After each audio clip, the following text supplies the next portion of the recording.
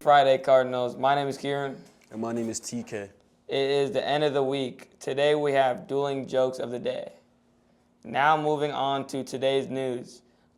Lunch today is chicken bites with breadsticks. Are you interested in becoming a teacher, student, and author who are gathering with educational professors to explore ways to evaluate the teaching profession? They're learning practical pathways to becoming a teacher and participate in engaging activities. This event is for students who are interested in a career as a teacher. This will happen today. Have you purchased your second trimester parking permit yet? If not, please purchase at the finance window for $35. All students who park at CSR must have a parking permit. Yearbook pictures for GSA will be next Wednesday, January 15th at 2:30. You'll meet in the atrium. Next is dueling jokes of the day. What's the difference between roast beef and pea soup? Anybody can roast beef, nobody can pea soup.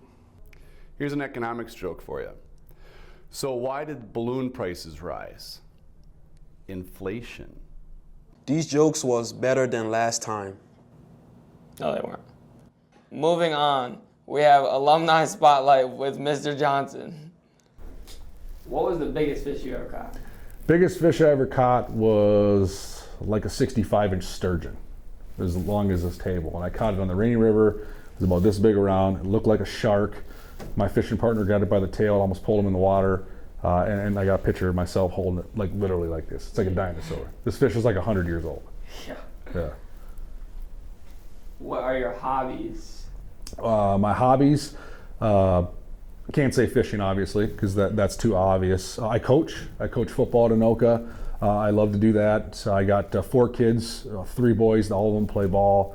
My daughter does a number of other things, whether it's horseback riding, she joined choir. So I love coaching. I love doing that. I really enjoy, honestly, just kind of goofing off with the kids, like playing outside, running around, playing basketball in the cul-de-sac. We get a lot of 3-on-3 games going with the neighborhood. We go to parks, do things like that. Like to be outside, like to be active. I'm not a video gamer. Yeah. I'm not. The last time I played a video game, guys, it was like Sega. You know what that is? Sega PlayStation 1. PlayStation 1, right? So like, I don't do all that, so just try to stay active. Nice. And have you ever second thought your profession? No. Sometimes you have second thoughts on some of your choices, but definitely not my profession. So when I went to college, my career path gave me a fork in the road. It was either I go on and continue with football, I had offers with the Gophers, with Harvard, Penn State, and I decided to do fishing. So I knew at that moment in my life, like, this is what I should be doing, this is what I want to be doing. So in terms of the fishing world, no, I'm a firm believer, like, this is like where God told me I need to be. But yeah, we have second thoughts on choices we make all the time in the world of fishing and in our jobs, but generally speaking, no, this is it, man. This is what I'm supposed to be doing. You had an offer to Harvard for football. Mm-hmm. Yes, sir. Huh? Pretty good football player. I was a kicker, and a kick returner, so yeah. So I was a soccer player. Soccer was my main sport. Got on board the football program as a kicker. Loved it, man. You know, when you kick a game-winning field goal, you know, like you can't. There's no emotion you can tie to it, right? It's different than anything else. So yeah, I could boot the ball really far and really accurate. So it was pretty fun. Yeah. What were some of your biggest obstacles you had in your profession? You know, biggest obstacles was probably, I would say, balancing work, family, life, all of that. So in the world of fishing, if you're going to be a fishing guide, which is a part of what I do, you don't always pick your hours. And a lot of times you need to be out there when the sun comes up, which means you need to get up hours before the sun comes up. And vice versa on the end of the day, you might be there till the sun goes down. So when we had a budding young family with babies and stuff, there was a lot of times I was not home, I was gone. And with my job at CLAM, we were traveling. So the biggest obstacles there was probably work-family balance, work-life balance.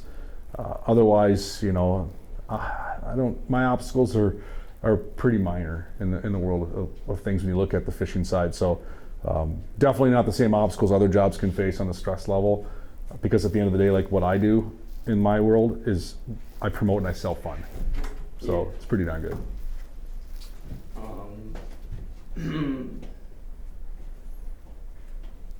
Have you had a deal within your professional career?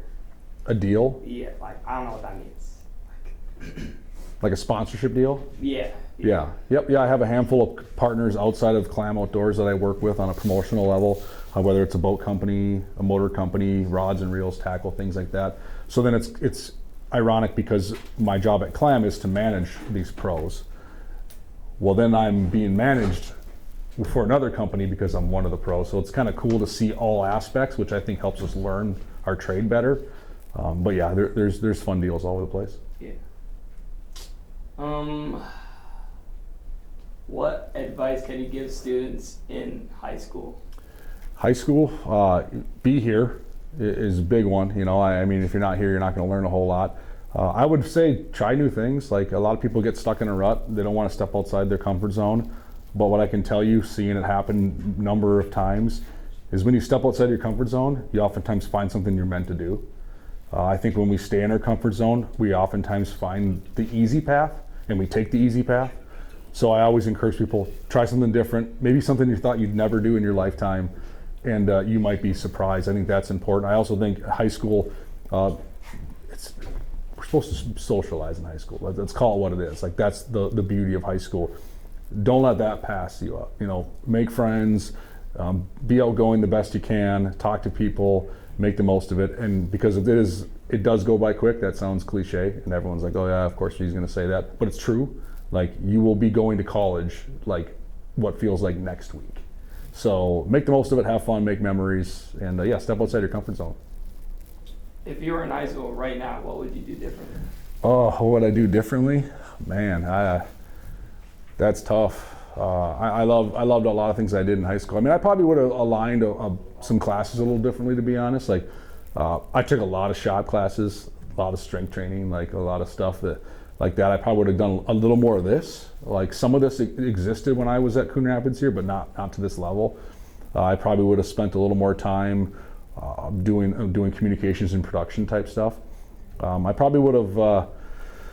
I probably would have tried to not be stupid and get hurt playing sports like I did. You know, like try to be a little more cautious of that because get injury and you push through it and try to force it and then you get hurt more. So I'd probably be a little more cautious, but that comes with experience. Otherwise, man, I don't know. I mean, I think I would have probably tried playing football earlier than my senior year for sure because that was a lot of fun. But no, yeah, that's probably about it. Nice. Yeah. Is that it? Cool. Thank you for coming. Thank you for sharing, Mr. Johnson. And thank you for asking the questions to me. Well, It's Save the Eagle National Day. It's our emblem and our pride in our nation. Each year on January 10th, Save the Eagle Day reminds of the majestic raptor that soar above the earth, whether they are popular or in danger.